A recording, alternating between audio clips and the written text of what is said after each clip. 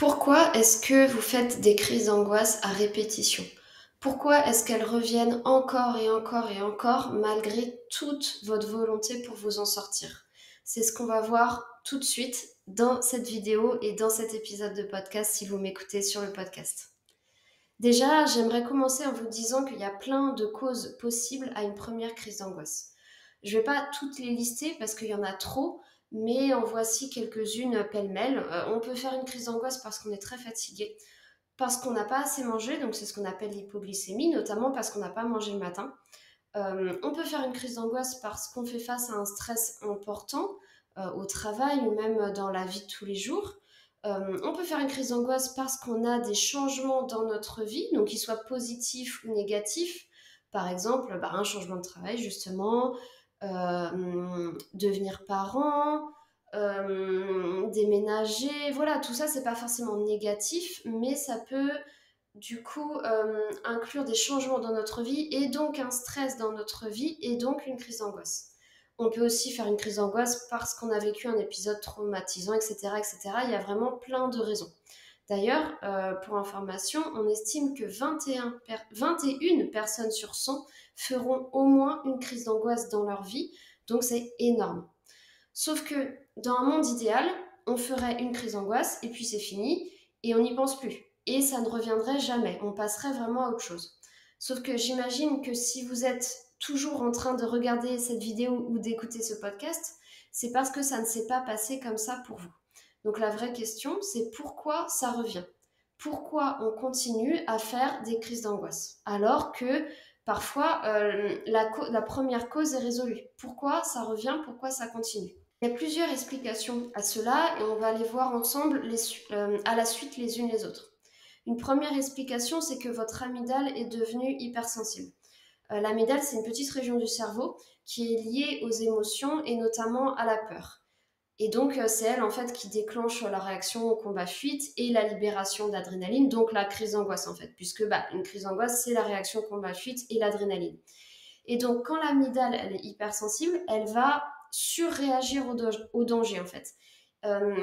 Tout va être plus intense, et donc, forcément, vous allez plus facilement faire de nouvelles crises d'angoisse. Une autre manière de voir les choses, c'est aussi de dire que votre système nerveux est dérégulé. Pour faire très simple et très résumé, il y a le système nerveux parasympathique et le système nerveux sympathique, qui n'est pas sympathique parce qu'en fait, c'est celui qui va déclencher la réaction combat-fuite et donc les crises d'angoisse, entre autres. Et dans un monde idéal, on ne doit pas être tout le temps dans le parasympathique, on doit être vraiment en fait à l'équilibre entre les deux, c'est-à-dire que même si notre système nerveux sympathique se déclenche, on doit ensuite revenir à l'équilibre avec le déclenchement du système nerveux parasympathique. L'idée de cette vidéo et de ce podcast, c'est pas de rentrer dans le détail par rapport à ça, donc je vais passer sur les détails. Là, en fait, si vous voulez, si les crises d'angoisse reviennent, une des explications, c'est peut-être parce que vous êtes plus à l'équilibre, justement. Votre système nerveux sympathique, donc celui qui déclenche l'amygdale et la réaction combat-fuite, est trop souvent activé, voire tout le temps activé. Si je devais donner une image, c'est un peu comme si vous étiez dans une voiture et que la pédale d'accélérateur était tout le temps appuyée. Vous voyez, vous êtes tout le temps à fond, à fond, à fond. Il n'y a pas de repos et il n'y a pas de retour au calme et à l'équilibre. Et donc ça, cette dérégulation du système nerveux, ça se traduit entre autres par une hypervigilance et une forte anxiété, une forte angoisse. Et du coup, forcément, on est plus angoissé, on a plus de symptômes d'angoisse et ça nous fait paniquer. Forcément, ça nous fait paniquer. Et en plus, on ne comprend pas pourquoi on fait des crises d'angoisse alors qu'en fait, la raison, elle est là. Une autre raison pour laquelle vous pouvez faire des crises d'angoisse à répétition, c'est la peur de la peur. Ou autrement dit, c'est la peur de refaire une crise d'angoisse. Et ça se comprend totalement, hein. D'ailleurs, une crise d'angoisse, c'est juste horrible. On se sent très mal, on a vraiment très peur. C'est juste terrible à vivre et c'est pour ça que tous les conseils qu'on voit sur internet du style ne paniquez pas, il va rien se passer, respirez calmement, ça m'énerve en fait. Parce que les personnes qui donnent ce genre de conseils n'ont jamais fait une crise d'angoisse, c'est sûr. C'est juste terrifiant. Donc, ce que je veux dire, c'est que c'est bien normal que vous soyez terrifié à l'idée que ça recommence. Je comprends totalement. Le truc, c'est que c'est ça qui vous maintient dans ce cycle sans fin de crise d'angoisse. Parce que du coup, couplé avec les autres explications qu'on a vues avant, hein, ça va entraîner une hypervigilance, une hyper-attention à votre corps, à vos ruminations, à vos pensées, aux symptômes qui se passent dans votre corps. Vous allez être vraiment focus dessus. Ça va aussi entraîner des ruminations et des comportements d'évitement. On va revenir en détail là-dessus ensuite. Mais tout ça, ça explique pourquoi vos crises d'angoisse, elles reviennent et elles ne s'arrêtent pas.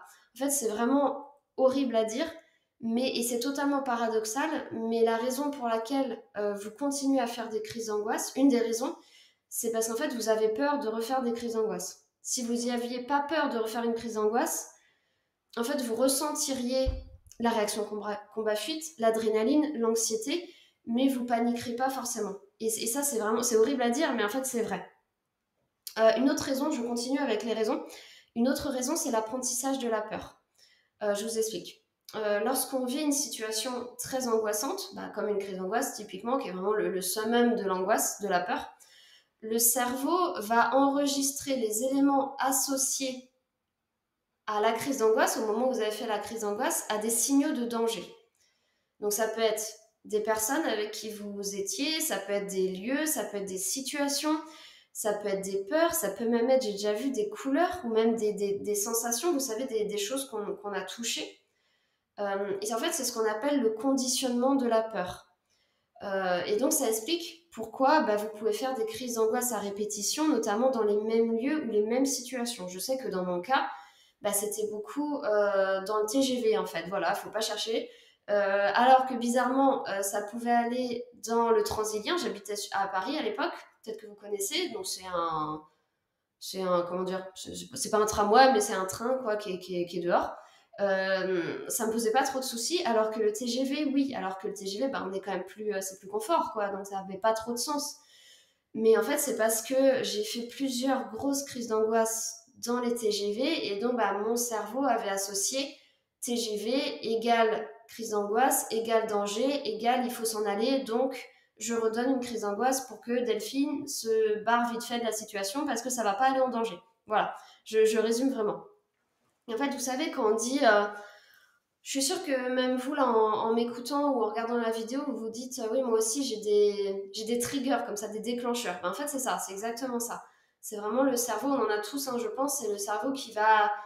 C'est tellement flippant. Quand on ne sait pas gérer la crise d'angoisse, c'est tellement flippant que le cerveau veut pas que ça se reproduise, donc il va associer ce qu'il y avait autour de nous ou en nous par rapport aux symptômes avec le danger en fait. Et donc la prochaine fois que ça va se reproduire, du coup, à nouveau, crise d'angoisse. Même si en fait on sait rationnellement que tout va bien, je veux dire, moi je sais que le TGV tout va très bien, enfin vous voyez, mais voilà, la raison, quand on fait une crise d'angoisse, il n'y a plus de raison en fait. Le cerveau rationnel, il est plus là. Enfin, il est là, mais c'est pas lui aux commandes en fait. Donc c'est pour ça que du coup, ça peut revenir et c'est ce qu'on appelle le conditionnement ou l'apprentissage de la peur. Il y a d'autres éléments qui expliquent pourquoi les crises d'angoisse reviennent et pourquoi elles ne s'arrêtent pas. Là, c'est plus lié à nos réactions, même si évidemment, toutes les choses que je vous ai citées, on les a un peu tous fait, c'est normal. C'est tellement flippant que c'est normal de réagir comme ça. Mais malheureusement, ça vient un peu entretenir le cercle vicieux de pourquoi ça revient, pourquoi ça ne s'arrête pas en fait. La première chose, ça va être toutes nos pensées catastrophes.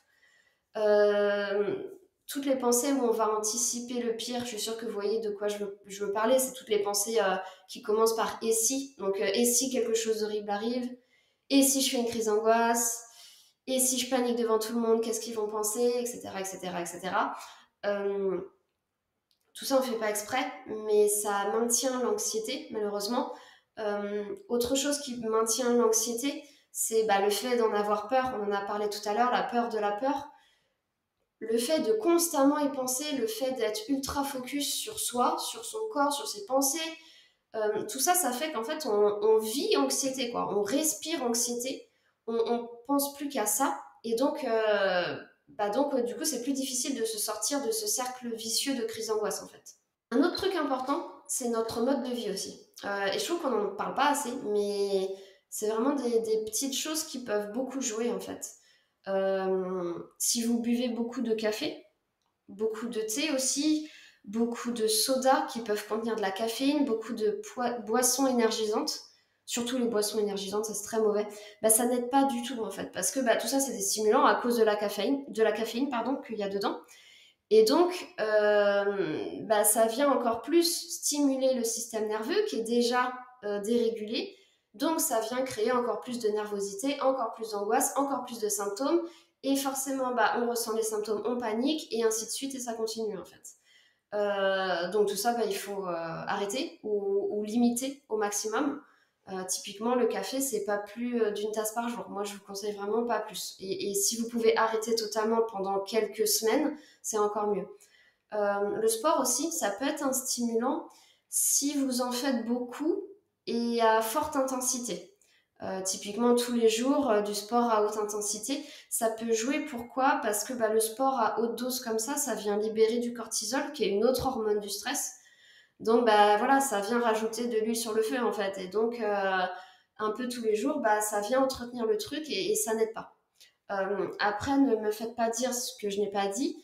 Un peu de sport fait du bien et est recommandé. Là, je parle vraiment du sport à outrance et quasi quotidien, en fait.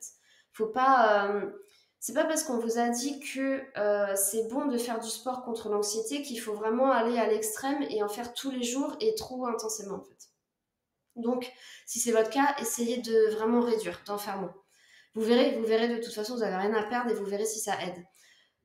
Autre chose, voilà, si on parle aussi du mode de vie, bah, il y a aussi forcément le sommeil, l'alimentation, si vous mangez très gras, très sucré, pas très équilibré. Et puis, bah, de manière plus générale, si vous avez une vie très stressante, notamment au travail, beaucoup de pression, des conflits, voilà, peut-être des problèmes à la maison, oui, tout ça, forcément, ça vient entretenir le problème, forcément. Si c'était notamment la cause de votre première crise d'angoisse, bah, si derrière ces soucis-là, ils sont pas résolus, ils sont pas atténués, bah, forcément que ça peut derrière causer de nouvelles crises d'angoisse, en fait. Et donc, ça fait que bah, le système nerveux n'arrive pas à bien se réguler, l'amygdale non plus, et donc encore des crises d'angoisse et encore des crises d'angoisse. La dernière chose, et c'est un gros, gros morceau, c'est l'évitement. Puisque, bah, comme on l'a vu, le cerveau, il va associer la situation au danger. Et donc, c'est bien naturel, je veux dire, on est tous passés par là, c'est bien naturel de chercher du coup à éviter à tout prix les situations qui vont nous angoisser. Le truc, c'est que ça marche très bien à court terme. Ça marche très bien. On évite, ou alors on est dans une situation, on commence à angoisser et on s'en va. Ça marche super bien. On rentre chez soi, on rentre dans sa voiture, tout de suite on se sent mieux. Le truc, c'est que sur le long terme, ça fonctionne pas. Pire, ça nous enferme dans une prétendue zone de confort. Et le truc, c'est que qu'est-ce qui va se passer si ensuite vous commencez à faire des crises d'angoisse ailleurs? Ou pire, si vous commencez à faire des crises d'angoisse chez vous? Bah là, en fait, votre zone de confort, elle va se réduire, se réduire, se réduire, jusqu'à ce qu'il n'y ait plus rien. En fait, ça, je l'ai déjà vu. Et d'ailleurs, bah, c'est comme ça que naît l'agoraphobie. Hein. C'est tout simplement ça, j'ai envie de dire. Donc, je sais à quel point c'est facile, à quel point c'est tentant d'éviter ou de fuir la situation. C'est normal de le faire de temps en temps. Le truc, c'est que le faire tout le temps, bah, c'est aussi c'est risqué, voilà, de se retrouver enfermé du coup dans une zone de confort qui vous limite. Et c'est aussi renforcer la conviction qu'il y a bien un danger dans le cerveau, en fait. Et donc, ça vient alimenter la peur. C'est comme si vous disiez à votre cerveau, bah, tu vois, t'avais raison d'avoir peur parce que, bah, je suis partie, la preuve, je l'ai pas fait, donc tu vois, il y avait vraiment un danger. Et donc, quand vous déciderez de retourner dans cette situation, le cerveau se dira, oh mon Dieu, mais là, il y a vraiment danger. Donc, du coup, la crise d'angoisse sera encore plus forte. Donc, ça vient vraiment alimenter la peur. Alors là, vous vous dites peut-être, c'est bien beau tout ça, mais c'est un peu déprimant. Comment on fait, du coup, pour que les crises, elles s'arrêtent totalement et qu'elles ne reviennent plus du tout? 3 étapes et un bonus. La première étape, c'est de bien dédramatiser ce qui se passe. C'est de comprendre, c'est de vraiment comprendre quand vous êtes, voilà, quand vous êtes bien, quand vous n'êtes pas angoissé, c'est de vraiment comprendre qu'une crise d'angoisse, ce n'est pas dangereux du tout, même si ça fait très peur, on est d'accord. Il faut vraiment que quand vous êtes bien, vous soyez 100% persuadé qu'il ne va rien vous arriver. Je dis quand vous êtes bien parce que, évidemment, quand vous commencerez à paniquer, c'est normal si vous n'arrivez plus à vous raisonner, d'accord? Le truc, c'est que déjà, il faut que vous en soyez 100% persuadé quand ça va. Déjà, ça va aider. Et puis, c'est aussi de comprendre ce qui se passe dans le corps, dans le cerveau, pourquoi on ressent tous ces symptômes, en fait, de vraiment comprendre, ok, là, c'est parce que c'est la réaction combat-fuite, c'est parce que c'est l'adrénaline, etc., etc. Donc ça, c'était la première étape. C'est vraiment dédramatiser, de vraiment être capable de se dire, ok, en fait, c'est pas grave et ça va passer. La deuxième étape, c'est d'apprendre une vraie technique qui fonctionne pour stopper la panique. J'insiste sur le vrai technique qui fonctionne parce que évidemment, je ne veux pas dire la respiration, la visualisation, la pensée positive et machin chose, ou le fait de se raisonner.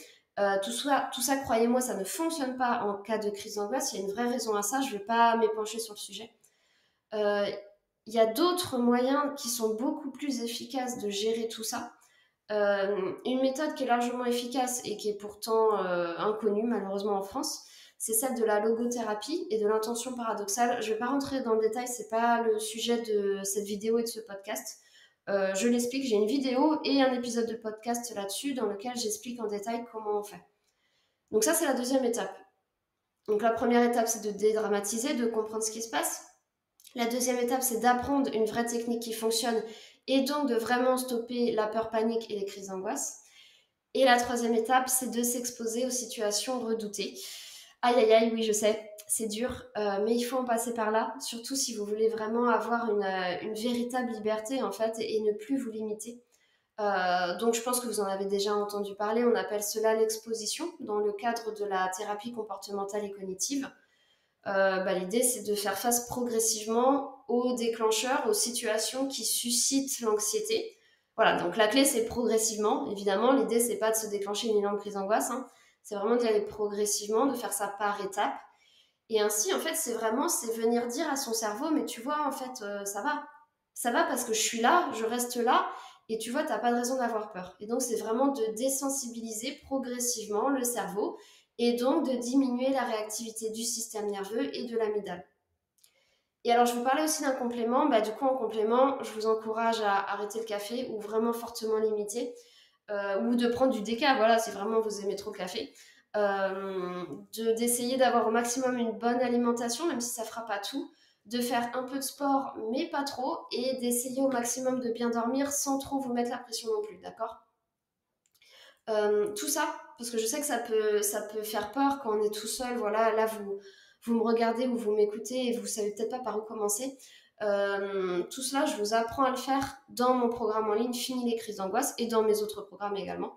Ce programme, il est vraiment différent parce que j'ai moi-même vécu des crises d'angoisse et j'ai moi-même eu un trouble panique avec agoraphobie, donc vraiment, je vous comprends.